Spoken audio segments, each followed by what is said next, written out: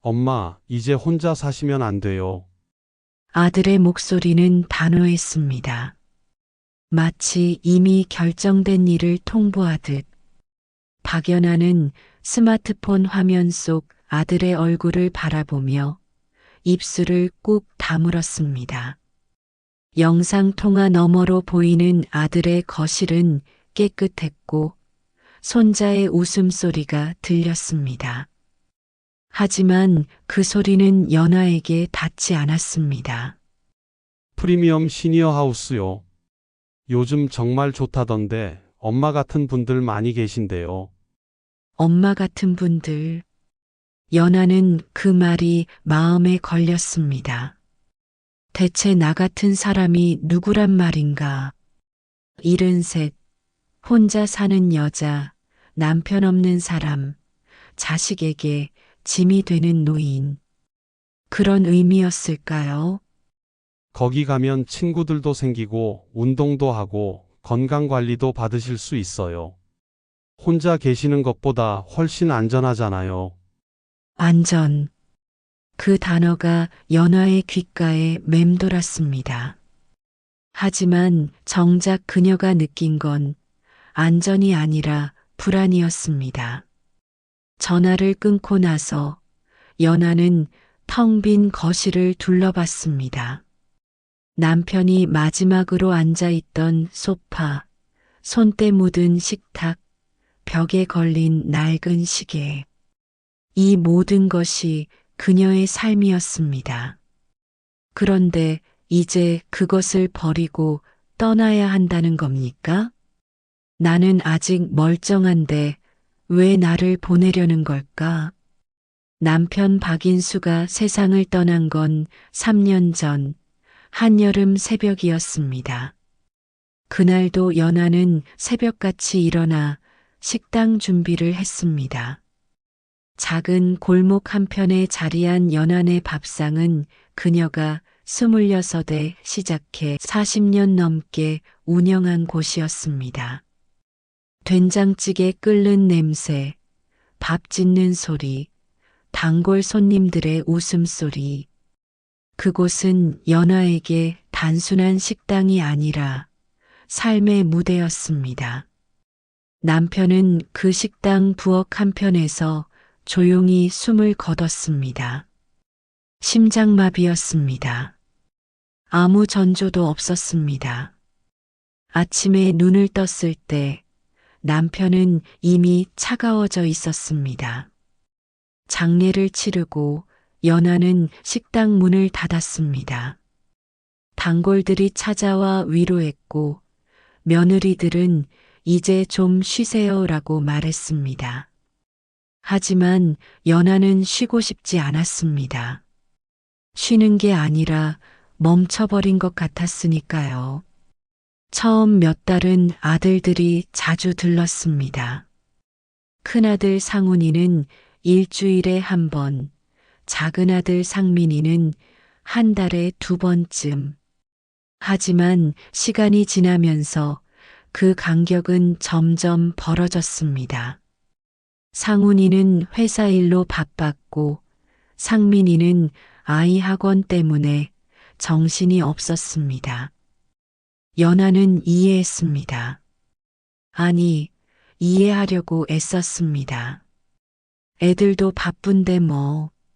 나는 괜찮아. 하지만 괜찮지 않았습니다.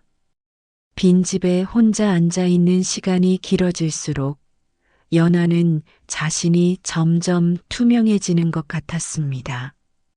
아무도 찾지 않는 집, 아무도 부르지 않는 이름, 아무도 필요로 하지 않는 존재.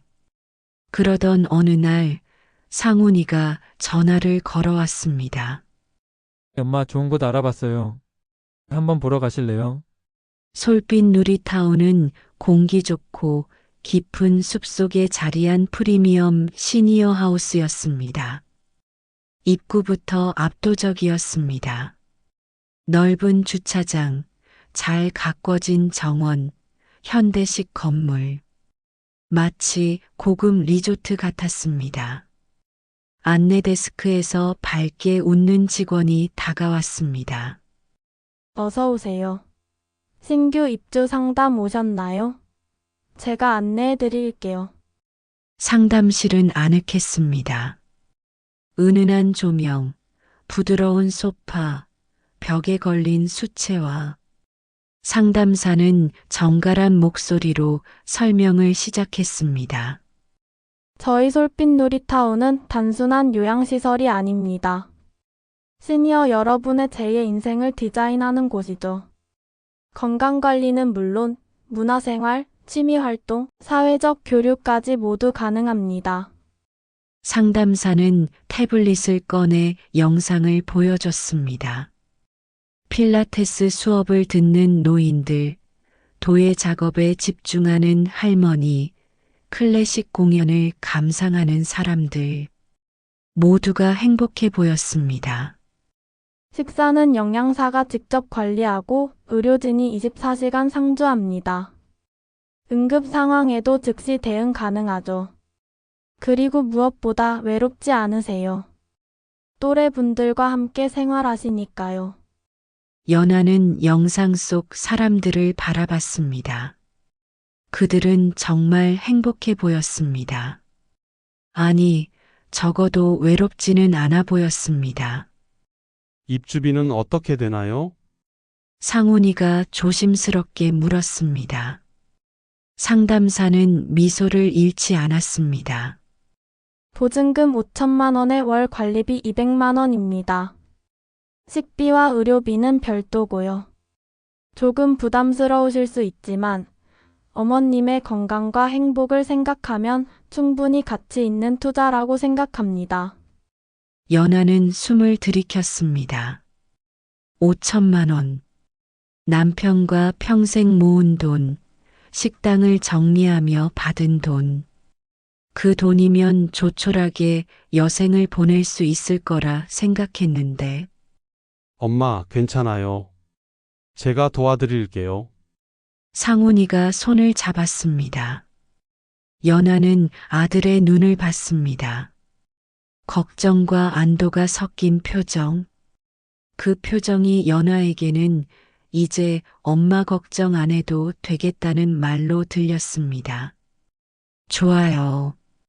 가볼게요. 연하는 고개를 끄덕였습니다.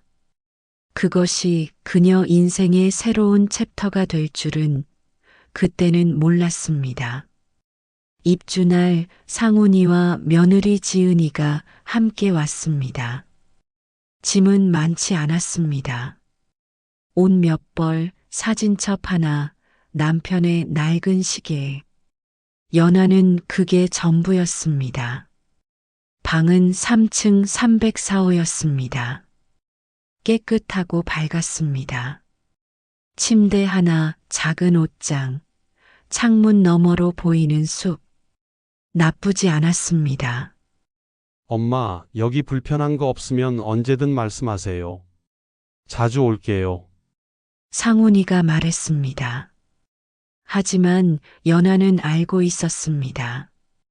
자주는 오지 못할 거라는 걸. 아니, 점점 뜸해질 거라는 걸. 그래, 신경 쓰지 마. 나 혼자 잘할 수 있어. 연하는 웃으며 손을 흔들었습니다. 아들 가족이 떠나고 방 안은 고요해졌습니다. 연하는 창가에 앉아 숲을 바라봤습니다. 여기서 새로운 삶을 시작하는 거야. 괜찮아질 거야. 하지만 가슴 한편이 무거웠습니다. 마치 무언가를 두고 온 것 같은 느낌이었습니다. 저녁 식사 시간, 연하는 식당으로 향했습니다. 넓은 공간에 테이블이 여러 개 놓여 있었고 이미 많은 사람들이 앉아 있었습니다. 연하는 빈자리를 찾아 조심스럽게 앉았습니다. 새로 오셨어요? 옆자리 할머니가 물었습니다. 연하는 고개를 끄덕였습니다. 네, 오늘 처음이에요. 아, 그래요? 나는 이순덕이에요. 작년에 왔으니까 이제 1년 됐네. 여기 적응하는데 시간 좀 걸릴 거예요. 천천히 하세요. 순덕은 친절했습니다. 연하는 조금 안심이 됐습니다. 하지만 식사를 하는 동안 연하는 묘한 분위기를 느꼈습니다. 사람들은 대화를 나눴지만 뭔가 거리를 두는 것 같았습니다. 마치 보이지 않는 벽이 있는 것처럼. 식사는 괜찮았습니다. 흰 쌀밥, 된장찌개, 나물 몇 가지. 평범했지만 맛있었습니다. 연하는 생각했습니다. 여기서도 잘할 수 있을 거야. 하지만 그날 밤 침대에 누워서도 잠이 오지 않았습니다. 낯선 천장, 낯선 소리, 낯선 공기, 모든 게 낯설었습니다. 연하는 남편이 있던 침대 옆자리를 만졌습니다. 그곳은 텅 비어 있었습니다. 다음 날부터 연하는 솔빛 누리타운의 일상에 적응하기 시작했습니다. 아침 7시 기상, 8시 아침 식사, 9시 가벼운 체조, 10시 필라테스 수업, 12시 점심, 오후 2시 취미활동서예, 도예, 원예중 선택, 오후 4시 티타임, 저녁 6시, 저녁 식사 8시 자유시간. 규칙적이었습니다. 너무 규칙적이었습니다. 마치 학교 시간표 같았습니다. 하지만 연하는 따라가려고 노력했습니다. 필라테스 수업은 생각보다 힘들었습니다. 강사는 젊고 활기찼지만 연하의 몸은 따라가지 못했습니다. 옆에서 다른 할머니들은 익숙하게 동작을 따라 했고 연하는 혼자 뒤처진 것 같았습니다. 천천히 하세요. 처음엔 다 그래요. 강사가 웃으며 말했지만 연하는 부끄러웠습니다. 서예 수업은 조금 나았습니다. 붓을 잡는 게 오랜만이었지만 먹 냄새, 종이 촉감이 익숙했습니다. 연하는 한 글자 한 글자 정성스럽게 썼습니다. 감사. 누구에게 감사한 걸까요? 아들에게? 이 시설에게? 아니면 아직 살아있는 자신에게? 일주일쯤 지났을 때 연하는 이곳에 보이지 않는 규칙이 있다는 걸 깨달았습니다. 운동기구를 사용할 때도, 티타임에 앉을 자리를 정할 때도, 심지어 복도를 걷는 순서에도 암묵적인 서열이 존재했습니다.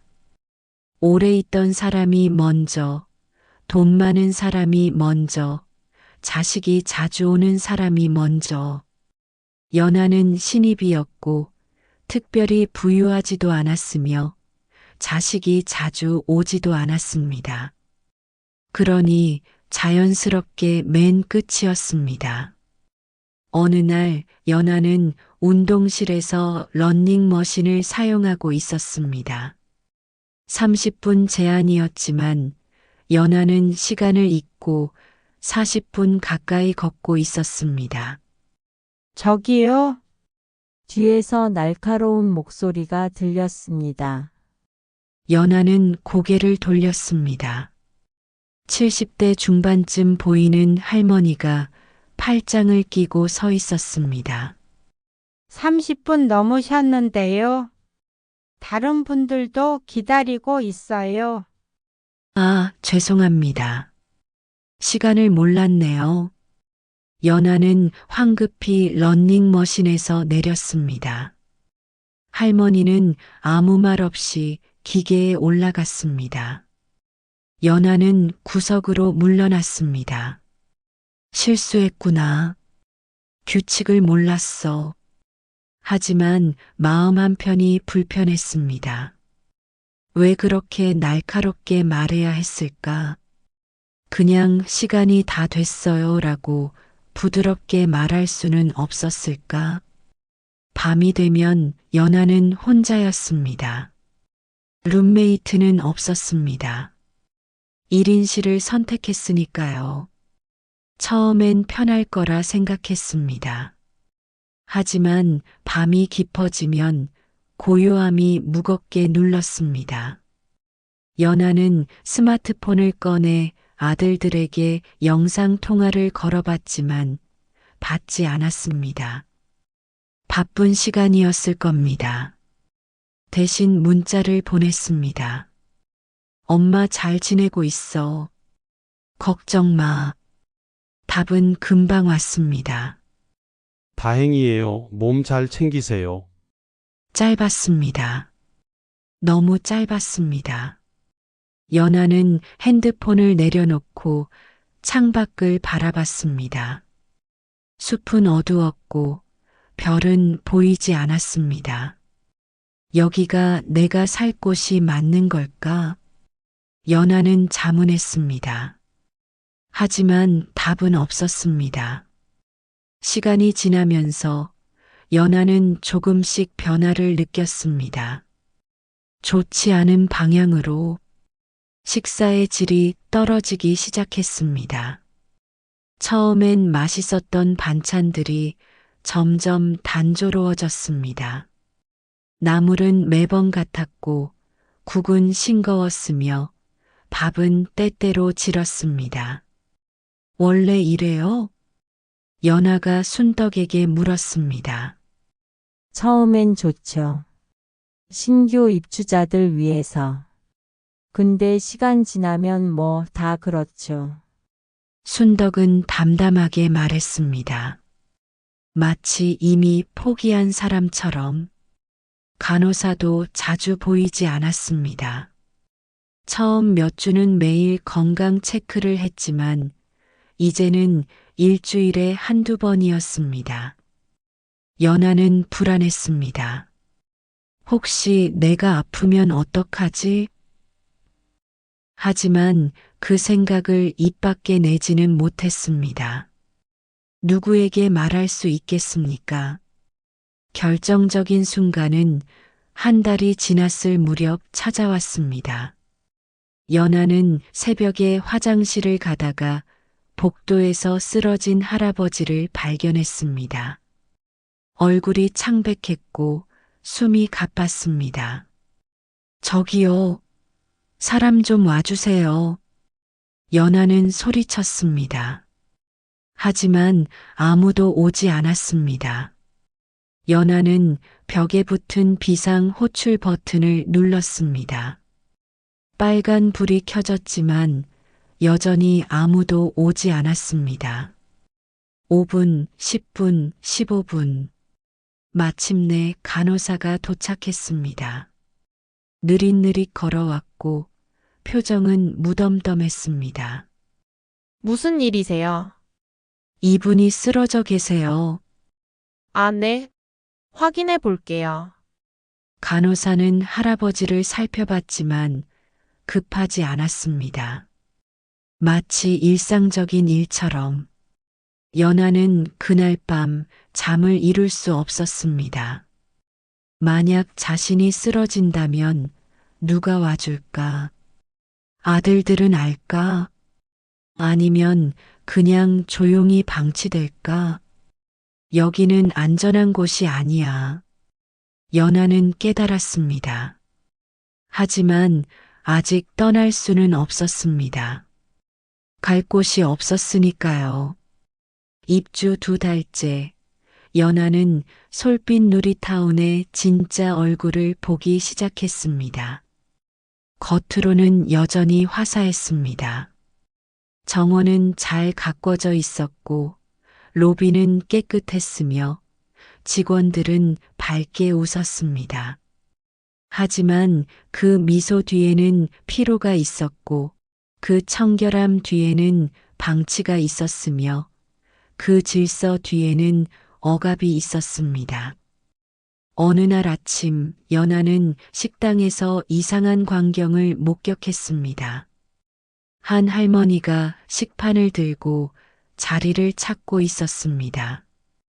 빈자리는 여러 개 있었지만 할머니는 망설이고 있었습니다. 마침내 한 테이블에 앉으려 하자 그곳에 앉아 있던 3명의 할머니가 동시에 고개를 돌렸습니다. 여기는 자리 없어요. 한 할머니가 차갑게 말했습니다. 빈자리가 2개나 있었는데도 죄송합니다.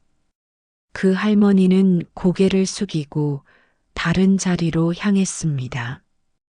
홀로 구석 테이블에 앉았습니다. 연하는 가슴이 답답했습니다. 저건 학교 왕따와 뭐가 다를까요? 70평생을 살아온 어른들이 여전히 무리짓기를 하고 있었습니다. 왜 저러는 거예요? 연하가 순덕에게 물었습니다. 순덕은 한숨을 쉬었습니다. 저분 치매 초기래요. 가끔 헷갈려 하시고 같은 말 반복하고. 그러니까 사람들이 싫어하는 거죠. 같이 있으면 자기들도 그렇게 보일까봐. 그렇다고 저렇게 따돌려도 돼요? 여기선 그래요. 약한 사람은 더 약해지고 강한 사람은 더 강해지는 곳이에요. 순덕의 목소리는 체념으로 가득했습니다. 연하는 그 할머니를 바라봤습니다. 혼자 밥을 먹는 그 모습이 마치 자신의 미래 같았습니다. 솔빛 누리타운에는 보이지 않는 계급이 존재했습니다. 꼭대기에는 빅삼라고 불리는 3명의 할머니가 있었습니다. 최명희, 조경숙, 한정자 모두 부유했고 자식들이 자주 방문했으며 입주한 지 3년 이상 됐습니다. 그들은 모든 것을 먼저 선택했습니다. 좋은 운동기구, 좋은 자리, 좋은 프로그램. 직원들도 그들에게는 특별히 친절했습니다. 중간에는 평범한 사람들이 있었습니다. 연하처럼 자식이 있고 경제적으로 그럭저럭 괜찮고 큰 문제 없이 생활하는 사람들. 하지만 눈치를 봐야 했습니다. 빅삼의 비위를 거스르지 않도록.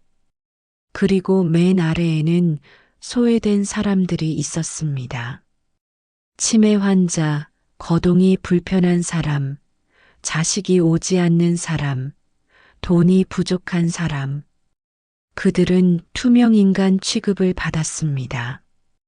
연하는 어디에 속할까요? 아직 건강했고 아들은 가끔 왔으며 돈은 그럭저럭 있었습니다. 중간쯤? 하지만 연하는 느꼈습니다. 자신이 점점 아래로 내려가고 있다는 걸. 결정타는 운동실에서 터졌습니다. 연하는 요즘 건강이 걱정됐습니다.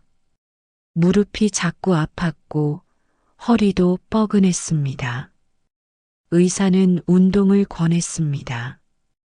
그래서 연하는 매일 아침 운동실에 갔습니다. 문제는 좋은 운동기구는 항상 차 있다는 것이었습니다. 특히 전동 워킹머신은 빅삼가 독점했습니다. 예약 시스템이 있었지만 그들은 언제나 먼저 예약했고 시간을 초과해도 아무도 뭐라 하지 않았습니다. 어느 날 연하는 용기를 냈습니다. 워킹머신 앞에서 기다렸습니다. 최명희가 이미 40분째 사용하고 있었습니다. 규정은 30분이었습니다. 저기 시간이 다 되신 것 같은데요. 연하가 조심스럽게 말했습니다. 최명희는 고개를 돌려 연하를 쳐다봤습니다. 표정은 차갑고 날카로웠습니다. 내가 몇 분 썼는지 당신이 재고 있었어요? 아니요. 그게 아니라 규정이 30분이라서요. 규정? 여기 규정 지키는 사람 봤어요? 다들 필요한 만큼 쓰는 거예요. 최명희는 다시 앞을 보며 워킹머신을 계속 작동시켰습니다. 연하는 할 말을 잃었습니다. 뒤에서 조경숙이 낄낄거리며 웃었습니다. 새로 오신 분들은 몰라서 그래. 여긴 눈치껏 살아야 하는 곳이에요. 연하는 그 자리를 떠났습니다. 얼굴이 화끈거렸습니다. 부끄러움보다는 분노가 컸습니다. 하지만 뭘 어떻게 할 수가 없었습니다. 입주 초기에는 식사가 괜찮았습니다. 영양사가 신경 쓴다고 했고 실제로 맛도 좋았습니다. 하지만 2달이 지나자 확연히 달라졌습니다. 반찬 가짓수가 줄었습니다. 처음엔 5가지였는데 이제는 3가지였습니다. 국은 점점 싱거워졌고 밥은 자주 설익었습니다. 고기는 거의 나오지 않았고 생선은 냄새가 났습니다. 이거 먹을 수 있는 건가요? 한 할아버지가 직원에게 물었습니다. 직원은 미안한 표정을 지었습니다. 죄송합니다. 요즘 식자재 수급이 어려워서요. 조금만 참아주세요. 하지만 개선되지 않았습니다. 일주일이 지나도 한 달이 지나도 오히려 더 나빠졌습니다. 연하는 생각했습니다. 신규 입주자들에게만 잘해주는 거구나. 이미 들어온 사람들은 관리 안 해도 되니까. 어느 날 저녁 연하는 생선을 먹다가 비린내에 토할 뻔했습니다. 화장실로 달려가 구역질을 했습니다. 거울을 봤습니다. 야윈 얼굴, 핏기 없는 입술, 지친 눈빛. 이게 나인가? 더 심각한 건 의료 서비스의 부실이었습니다. 홍보 자료에는 24시간 의료진 상주, 즉각 대응 가능이라고 적혀 있었습니다. 하지만 현실은 달랐습니다. 간호사는 1명뿐이었고 그마저도 자주 자리를 비웠습니다. 의사는 일주일에 2번만 왔고 그나마 형식적인 진료만 했습니다. 연하의 무릎은 점점 더 아팠습니다. 걷기가 힘들 정도였습니다. 간호사에게 말했지만 파스만 받았습니다. 병원에 가고 싶어요. 예약해 드릴게요. 다음 주 가능하세요? 다음 주. 일주일을 더 참으라는 말이었습니다. 연하는 견뎠습니다. 선택의 여지가 없었으니까요. 그런데 더 큰 문제가 터졌습니다. 새로운 입주자가 들어왔습니다. 김철수, 75살. 심장이 안 좋아서 왔다고 했습니다. 입주한 지 일주일 만에 그는 복도에서 쓰러졌습니다. 심장 발작이었습니다. 연하가 처음 발견했습니다. 얼굴이 새하얗고 가슴을 움켜쥐고 있었습니다. 사람 살려요. 빨리요. 연하는 비상 호출 버튼을 눌렀습니다. 빨간 불이 켜졌습니다. 하지만 아무도 오지 않았습니다. 1분, 2분, 3분. 연하는 다시 버튼을 눌렀습니다. 복도를 뛰어다니며 소리쳤습니다. 간호사, 의사, 누구 없어요. 5분이 지나서야 간호사가 도착했습니다. 헐레벌떡 뛰어왔지만 이미 늦었습니다. 119 불러야 할 것 같아요. 간호사는 당황한 표정으로 전화를 걸었습니다. 구급차가 도착하기까지 또 10분이 걸렸습니다. 김철수는 병원으로 옮겨졌습니다. 다행히 살았지만 뇌 손상이 왔다고 했습니다. 골든타임을 놓쳤기 때문에 그날 밤 연아는 잠들 수 없었습니다. 만약 자신이 쓰러진다면, 아무도 오지 않는다면 그냥 죽는 건가? 어느 날 저녁 연아는 우연히 직원들의 대화를 엿듣게 됐습니다. 복도 끝 직원 휴게실 앞을 지나가는데 문이 살짝 열려 있었습니다. 안에서 목소리가 들렸습니다. 304호 박연아 씨 이제 입주 석 달 됐죠? 네, 그러면 케어 등급 낮춰도 되는 거 아닌가요? 맞아요. 신규는 3개월까지만 특별 관리하고 이후엔 기본 관리로 전환이에요. 근데 가족들이 항의하면요. 크게 문제 일으키는 분 아니면 괜찮아요. 대부분 가족들 잘 안 와요. 어르신들도 기억 잘 못하시고. 연아는 숨을 죽였습니다. 심장이 쿵쾅거렸습니다. 기억 못한다고? 눈치 못 챈다고? 분노가 치밀어 올랐습니다. 자신들이 물건처럼 관리되고 있다는 사실에, 3개월이 지나면 버려진다는 사실에, 연아는 조용히 그 자리를 떠났습니다.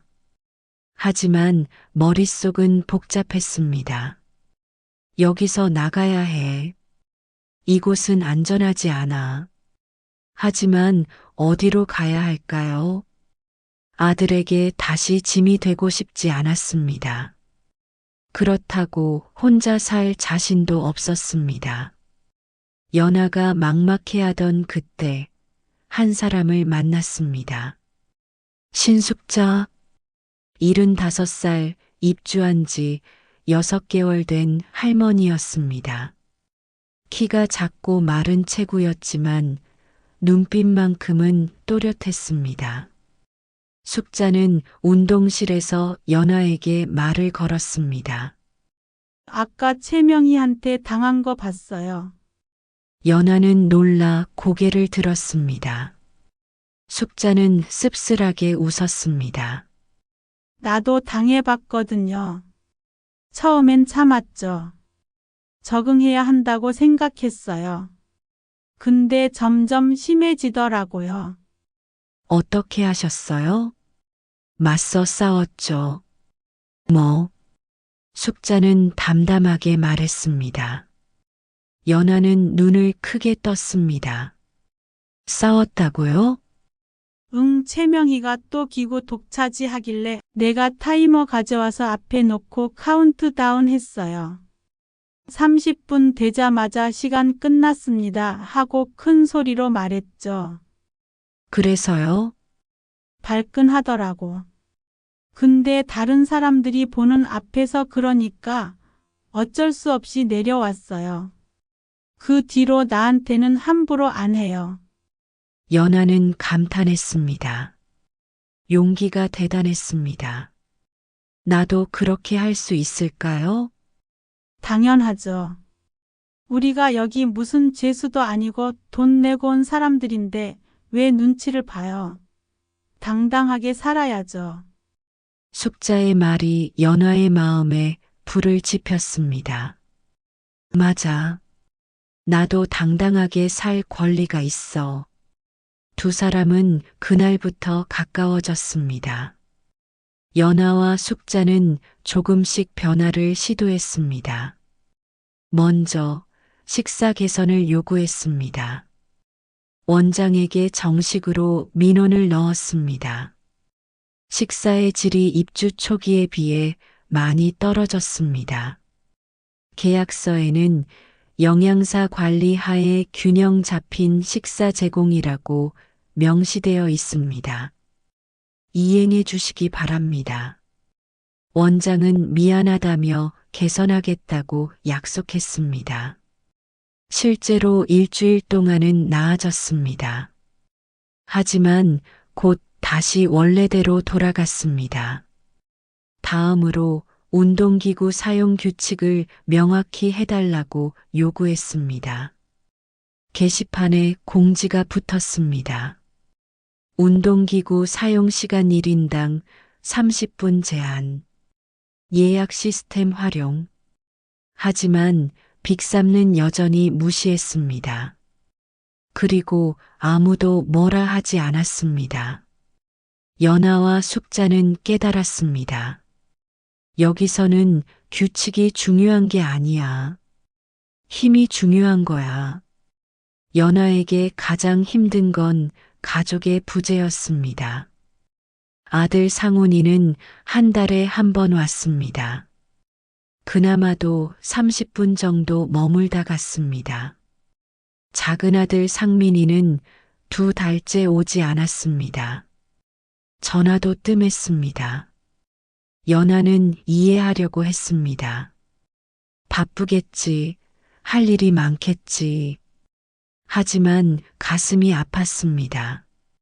어느 날 연하는 상훈이에게 전화했습니다. 상훈아, 엄마 목소리 좀 듣고 싶어서. 엄마, 지금 회의 중이에요. 나중에 걸게요. 그래, 알았어. 미안해. 나중에는 오지 않았습니다. 연하는 기다렸지만 전화벨은 울리지 않았습니다. 숙자도 비슷했습니다. 딸이 하나 있었지만 거의 연락이 없었습니다. 가족이 있어도 외롭네요. 숙자가 말했습니다. 연하는 고개를 끄덕였습니다. 그러게요. 차라리 없는 게 나을지도 몰라요. 기대 안 하면 실망도 안 하니까. 두 사람은 서로의 외로움을 나눴습니다. 그리고 깨달았습니다. 진짜 가족은 피가 아니라 곁에 있어주는 사람이라는 걸. 시간이 지나면서 연하는 점점 무너져 갔습니다. 아침에 일어나는 게 힘들었습니다. 뭘 해도 의욕이 없었습니다. 식사를 거르고 운동도 안 하고 방에만 틀어박혀 있었습니다. 숙자가 걱정했습니다. 연아 씨 괜찮아요? 모르겠어요. 그냥 힘들어요. 뭐가 제일 힘들어요? 여기 있는 게요. 매일매일이 똑같고 아무 의미도 없고 그냥 시간을 때우는 것 같아요. 죽을 날만 기다리는 것 같아요. 숙자는 연하의 손을 잡았습니다. 연아 씨, 우리 여기서 나갑시다. 나가요? 어디로요? 어디든요. 여기보다 나쁠 순 없어요. 우리 스스로 살 방법을 찾아봐요. 연하는 숙자를 바라봤습니다. 그 눈빛에는 희망이 있었습니다. 연하는 오랜만에 마음이 움직였습니다. 그래, 여기서 이렇게 무너질 순 없어. 나는 아직 살아있어. 연하와 숙자는 증거를 모으기 시작했습니다. 식사 사진을 찍었습니다. 매일매일 기록했습니다.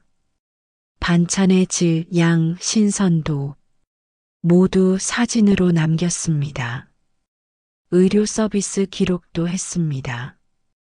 간호사 부재 시간, 응급 상황 대응 시간, 병원 예약 지연 사례 모두 노트에 적었습니다. 그리고 다른 입주자들의 이야기도 들었습니다. 비슷한 경험을 한 사람들이 많았습니다. 하지만 대부분 참고 살았습니다. 갈 곳이 없었으니까요. 우리가 목소리를 내야 해요. 이대로는 안 돼요. 숙자가 말했습니다. 연하는 고개를 끄덕였습니다. 숙자는 한 가지 제안을 했습니다. 내 조카가 변호사예요. 한번 상담 받아볼까요? 그럴 수 있을까요? 당연하죠. 우리 권리를 찾는 건데. 숙자는 조카에게 전화를 걸었습니다. 상황을 설명했습니다. 조카는 관심을 보였습니다. 자료 모아서 보내주세요. 검토해 볼게요. 희망이 보였습니다. 처음으로 연하는 이곳을 벗어날 수 있을지도 모른다고 생각했습니다. 하지만 쉽지 않았습니다. 계약서에는 여러 조항이 있었고 해지하려면 복잡한 절차를 거쳐야 했습니다. 게다가 보증금도 전액 돌려받을 수 있을지 불확실했습니다. 그래도 해봐야죠. 여기 계속 있을 순 없어요. 연하는 결심했습니다. 밖은 어두웠지만 멀리 도시의 불빛이 보였습니다. 저기 어딘가에 자신의 자리가 있을 것 같았습니다. 숙자가 방에 들어왔습니다. 연아 씨 뭐예요? 그냥 생각 중이에요. 뭐 생각해요? 여기서 나가면 어떻게 살지요? 숙자는 연하 옆에 앉았습니다. 우리 둘이 같이 살면 어때요? 작은 집 하나 얻어서 서로 도우면서. 그럴 수 있을까요? 왜 안 돼요? 우리 아직 건강하잖아요. 스스로 밥도 하고 청소도 하고 살 수 있어요. 연하는 미소 지었습니다. 오랜만에 진짜 미소였습니다. 그래요. 해봅시다. 우리 인생, 우리가 살아요. 두 사람은 손을 맞잡았습니다. 그리고 다짐했습니다. 이곳을 벗어나 진짜 자유를 찾겠다고. 모든 것이 바뀐 건 그 사건 때문이었습니다. 입주 4개월째 되던 어느 새벽 연하는 비명소리에 잠을 깼습니다. 복도에서 들려오는 다급한 목소리, 뛰어다니는 발소리. 연하는 급히 방문을 열었습니다. 복도에는 이미 몇몇 사람들이 나와 있었습니다. 모두 309호 앞에 모여 있었습니다. 무슨 일이에요? 연하가 물었습니다. 한 할머니가 떨리는 목소리로 대답했습니다. 이 씨가 쓰러졌대요. 이술래. 78살 입주한 지 1년 된 할머니였습니다. 당뇨가 있었지만 건강한 편이었습니다. 방 안에서 간호사의 목소리가 들렸습니다. 호출기가 작동을 안 해요. 핸드폰으로 119 불러야겠어요. 연하는 가슴이 철렁했습니다. 호출기가 작동 안 한다고? 숙자가 연하 옆에 섰습니다. 두 사람은 눈빛을 교환했습니다. 똑같은 생각을 하고 있었습니다. 이건 시스템 문제야. 구급차가 도착하기까지 20분이 걸렸습니다. 이술래는 의식을 잃은 채 실려갔습니다. 나중에 들으니 저혈당 쇼크였다고 했습니다. 골든타임을 놓쳐 뇌손상을 입었습니다. 그날 아침 입주자들 사이에서 술렁임이 일었습니다. 호출기가 작동을 안 한다니 말이 돼? 우리도 위험한 거 아니야? 원장한테 따져야 해.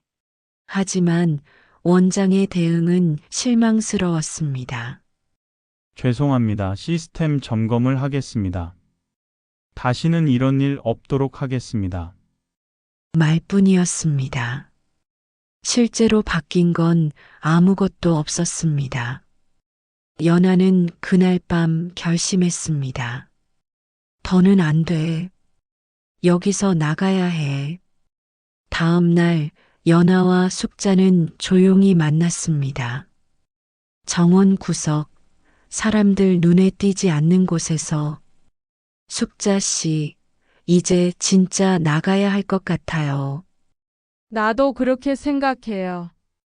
여기 있다간 우리도 이술래 씨처럼 될 수 있어요. 조카 변호사분한테 다시 연락해봐요. 본격적으로 계약 해지 진행해야 해요. 숙자는 고개를 끄덕였습니다. 그날 오후 변호사 조카에게 전화를 걸었습니다. 민준아, 진지하게 상담받고 싶어. 여기서 나가고 싶어. 변호사 조민주는 숙고했습니다. 이모 계약서 한번 보내주세요. 그리고 지금까지 모은 자료들도요 검토해 볼게요. 연하와 숙자는 지난 2달간 모은 모든 자료를 정리했습니다. 식사 품질 저하 사진 47장, 서비스 부재 기록 23건, 응급 상황 대응 지연 사례 5건, 시설 관리 소홀 증거 호출기 고장 등 다른 입주자들의 증언 12명. 민주는 자료를 검토한 후 전화를 걸어왔습니다. 이모 이거 충분해요. 명백한 계약 위반이에요. 입주 권리 침해, 의료 서비스 미제공, 시설 안전 관리 소홀.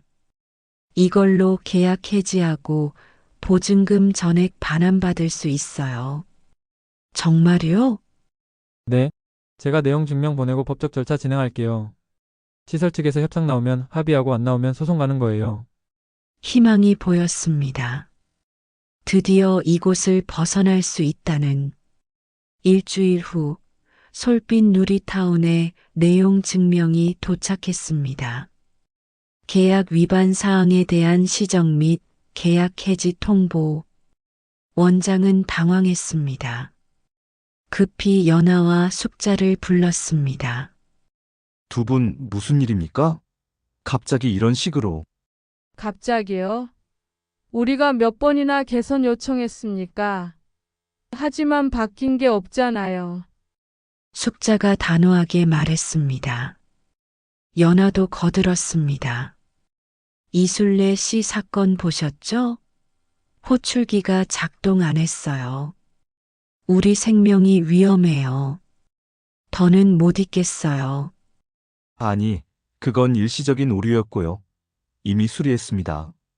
일시적이든 뭐든 우리는 안전하지 않다고 느껴요.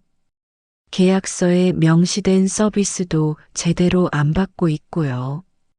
원장은 난처한 표정을 지었습니다. 보증금 반환은 쉽지 않습니다, 규정상. 규정은 우리도 알아요. 하지만 당신들이 계약을 먼저 위반했어요. 법적으로 문제 없어요. 민준이 보낸 자료를 내밀었습니다. 원장은 서류를 훑어보더니 한숨을 쉬었습니다. 알겠습니다. 상부에 보고하고 답변 드리겠습니다. 연하와 숙자의 소식이 퍼지자 다른 입주자들의 반응은 엇갈렸습니다. 일부는 부러워했습니다. 나도 나가고 싶은데 용기가 안 나. 어디로 가요? 혼자 살 자신도 없고. 일부는 비난했습니다. 왜 괜히 문제 일으키는 거야? 조용히 살면 되는데. 시설에 누 끼치네. 우리까지 피해봐. 빅삼는 노골적으로 적대했습니다. 여기가 싫으면 알아서 나가면 되지. 왜 법까지 동원해서 난리야. 최명희가 차갑게 말했습니다. 연하는 맞받아쳤습니다. 우리 권리를 찾는 거예요. 당신들은 모르겠지만 약한 사람들은 여기서 제대로 대접도 못 받아요. 약하면 더 조용히 있어야지. 시끄럽게 구니까 더 싫어하는 거야. 연하는 더 이상 말하지 않았습니다. 저런 사람들과는 대화가 안 된다는 걸 알았으니까요. 하지만 몇몇은 용기를 얻었습니다. 조용히 다가와 말했습니다. 연하 씨 잘하고 있어요. 누군가는 해야 할 일이에요. 나도 나중에 나갈 거예요. 용기 주셔서 고마워요. 2주 후 시설 측에서 협상을 제안했습니다. 법적 분쟁은 양측에 도움이 안 됩니다. 원만하게 해결합시다. 민준과 함께 협상 테이블에 앉았습니다. 시설 측 변호사도 함께였습니다. 보증금 전액 반환하겠습니다. 대신 비밀 유지 서약을 해주세요. 비밀 유지요? 이 건에 대해 외부에 알리지 말아달라는 겁니다. SNS, 언론 등에요. 민준이 고개를 저었습니다. 그건 안 됩니다. 우리 의뢰인들은 단순히 돈 때문에 이러는 게 아니에요. 시스템 개선을 원해요. 그건 저희가 내부적으로 하겠습니다. 믿을 수 없어요. 지금까지 약속 지킨 적 없잖아요. 협상은 팽팽했습니다. 결국 합의점을 찾았습니다. 보증금 전액 반환, 위로금 명목 추가 지급 각 500만 원, 비밀 유지 조항 제외, 대신 허위사실 유포 금지 조항 포함. 연하와 숙자는 동의했습니다. 이틀 후 계약이 해지됐습니다. 연하와 숙자는 수원에 투룸 원룸을 얻었습니다. 작았습니다. 솔빛 누리타운의 방 하나보다 작았습니다. 가구도 낡았고 벽지도 오래됐습니다. 엘리베이터도 없는 3층이었습니다. 하지만 자유로웠습니다. 우리 집이에요. 진짜 우리 집. 숙자가 방방 뛰며 말했습니다. 연하도 웃었습니다. 그러게요. 이렇게 기쁠 줄 몰랐어요. 두 사람은 집을 꾸미기 시작했습니다. 시장에 가서 커튼을 샀습니다. 화분도 샀습니다. 그리고 함께 요리했습니다. 내가 된장찌개 끓일게요. 숙자 씨는 밥 좀 해줘요. 알았어요. 부엌에서 냄비 소리, 웃음소리가 났습니다. 솔빛 누리타운에서는 들을 수 없던 소리들. 저녁을 차려놓고 마주 앉았습니다. 잘 먹겠습니다. 두 사람은 동시에 말했습니다. 그리고 숟가락을 들었습니다. 맛있다. 숙자가 감탄했습니다. 연하도 고개를 끄덕였습니다. 역시 내가 해먹는 게 제일 맛있어요. 밥 한 끼가 이렇게 행복할 수 있다니. 새로운 삶이 시작됐습니다. 아침에 눈을 뜨면 연하는 먼저 커튼을 열었습니다. 햇빛이 들어왔습니다. 그리고 숙자를 깨웠습니다. 숙자 씨, 일어나요. 아침이에요. 응, 5분만 더. 안 돼요. 우리 오늘 시장 가기로 했잖아요. 두 사람은 함께 시장에 갔습니다. 채소를 골랐고 생선을 샀고 과일도 샀습니다. 값을 깎기도 했습니다. 이거 좀 싸게 해주세요. 할머니들인데. 아이고, 그럼 1,000원 깎아드릴게요. 고마워요. 집에 돌아와서 함께 점심을 만들었습니다. 김치찌개, 계란말이, 시금치나물. 소박했지만 정성스러웠습니다. 오후에는 근처 공원을 산책했습니다. 벤치에 앉아 햇볕을 쬐었습니다. 지나가는 사람들을 구경했습니다. 여기 좋네요. 평화로워요. 그러게요. 조용하고. 저녁에는 TV를 봤습니다. 드라마도 보고 뉴스도 봤습니다. 그리고 이야기를 나눴습니다. 오늘 시장에서 그 아저씨 진짜 친절하더라. 맞아요. 다음에 또 가야겠어요. 사소한 일상. 하지만 그것이 진짜 삶이었습니다. 처음에는 힘들었습니다. 청소하고 빨래하고 요리하고 설거지하고 모든 걸 스스로 해야 했습니다. 몸이 아팠습니다. 허리도 아프고 무릎도 아팠습니다. 숙자 씨, 이거 계속할 수 있을까요? 연하가 걱정스럽게 물었습니다. 숙자는 웃으며 대답했습니다. 할 수 있어요. 천천히 하면 돼요. 우리 서두를 필요 없어요. 맞았습니다. 서두를 필요가 없었습니다. 아무도 재촉하지 않았습니다. 자신들의 속도로 살면 됐습니다. 점점 익숙해졌습니다. 청소는 이틀에 한 번, 빨래는 사흘에 한 번, 장보기는 일주일에 2번. 루틴이 생겼습니다. 그리고 깨달았습니다. 스스로 할 수 있다는 것, 그 자체가 자유라는 걸. 연아 씨, 우리 대단한 것 같아요. 뭐가요? 이렇게 살아가고 있잖아요. 누구 도움 없이. 그러게요. 우리 정말 잘하고 있어요. 두 사람은 서로를 보며 웃었습니다. 상훈이가 집에 찾아왔습니다. 솔빛 누리타운을 나왔다는 소식을 듣고 달려온 것이었습니다. 엄마, 무슨 일이에요? 왜 갑자기 나오신 거예요? 거기 상황이 안 좋았어. 더는 못 있겠더라.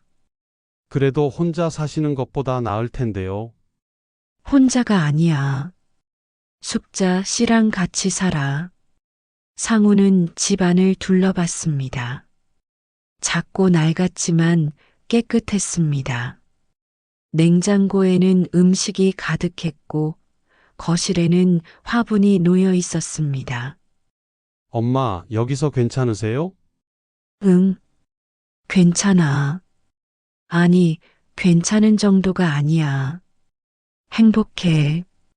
연하는 단호하게 말했습니다. 상우는 어머니의 표정을 봤습니다. 솔빛 누리타운에 있을 때보다 훨씬 밝았습니다. 생기가 돌았습니다. 정말 괜찮으신 거예요? 그래. 걱정 마.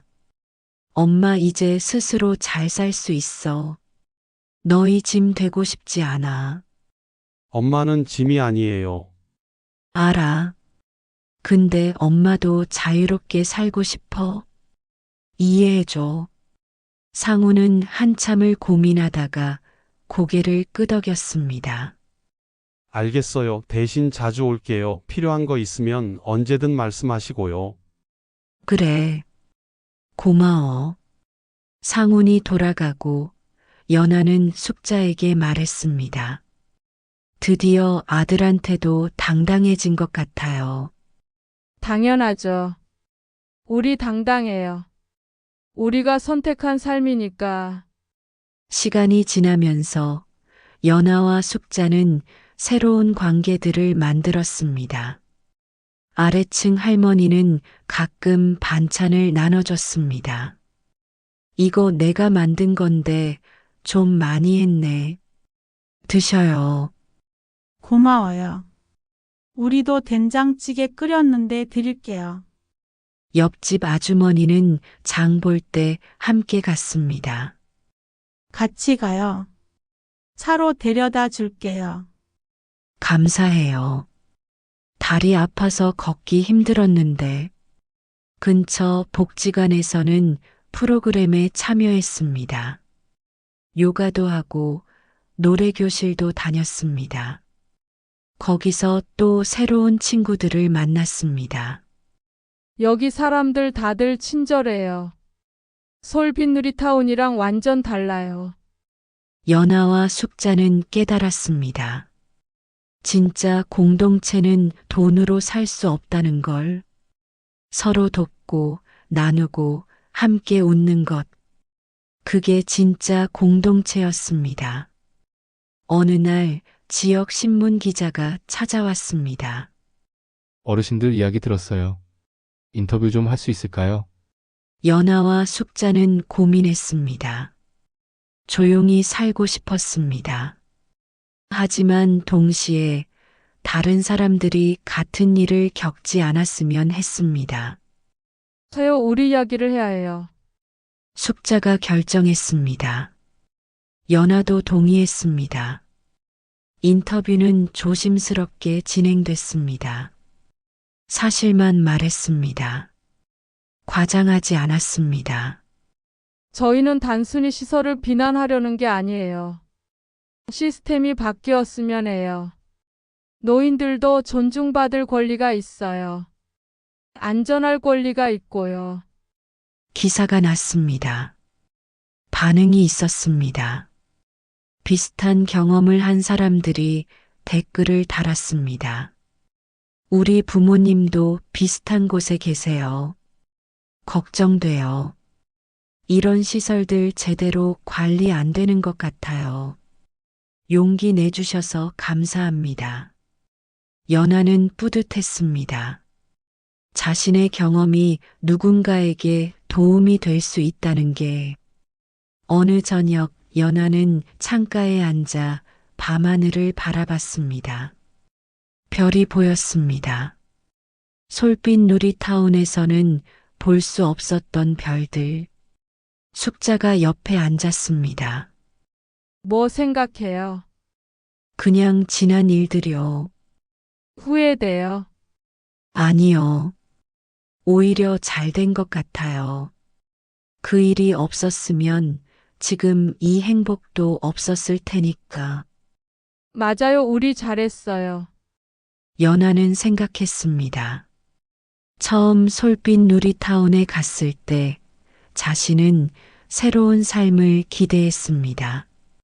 하지만 그곳에서 얻은 건 새로운 삶이 아니라 잃어버린 자아였습니다. 이제 여기서 작지만 자유로운 공간에서 연하는 진짜 자신을 되찾았습니다. 숙자 씨, 고마워요. 왜요? 나 혼자였으면 못했을 거예요. 당신이 있어서 용기 낼 수 있었어요. 나도 그래요. 우리 함께여서 가능했던 거예요. 두 사람은 손을 맞잡았습니다. 다음 날 아침 연하는 일찍 일어났습니다. 커튼을 열었습니다. 햇살이 쏟아져 들어왔습니다. 따뜻했습니다. 부엌으로 가서 커피를 내렸습니다. 향기가 퍼졌습니다. 숙자가 일어났습니다. 좋은 아침이에요. 좋은 아침이에요, 숙자 씨. 두 사람은 창가에 앉아 커피를 마셨습니다. 밖을 내다봤습니다. 사람들이 출근하고 아이들이 학교에 가고 새들이 날아다녔습니다. 오늘 뭐 할까요? 일단 시장 가서 장 보고 점심은 김치찌개 끓이고 오후에는 공원 산책하고 저녁에는 TV 보면서 수다 떨고. 완벽한 계획이네요. 연하는 웃었습니다. 평범한 일상. 하지만 그것이 가장 소중한 것이었습니다. 숙자 씨. 응. 나 지금 정말 행복해요. 나도요. 그리고 나는 아직 살고 있어요. 진짜로. 연하는 말했습니다.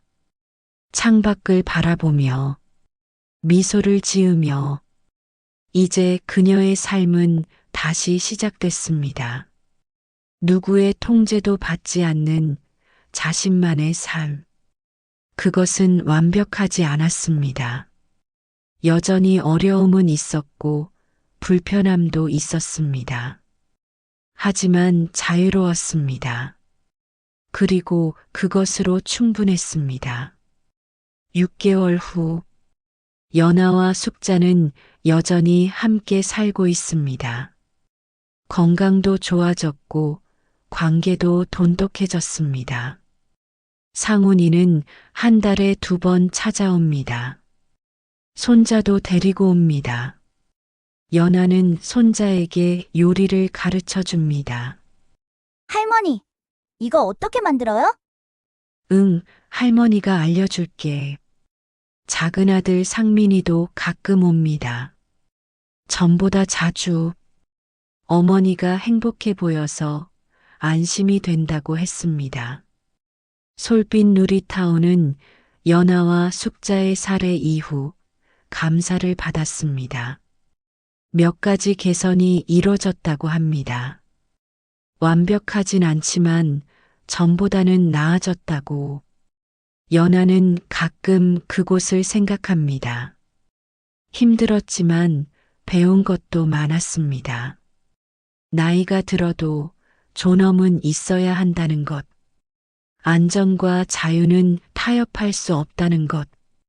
진짜 행복은 스스로 만드는 것이라는 것. 그리고 무엇보다 나는 아직 살고 있다. 그 사실을 잊지 않는 것. 연하는 오늘도 커튼을 열고 햇살을 맞이하며 하루를 시작합니다. 미소를 지으며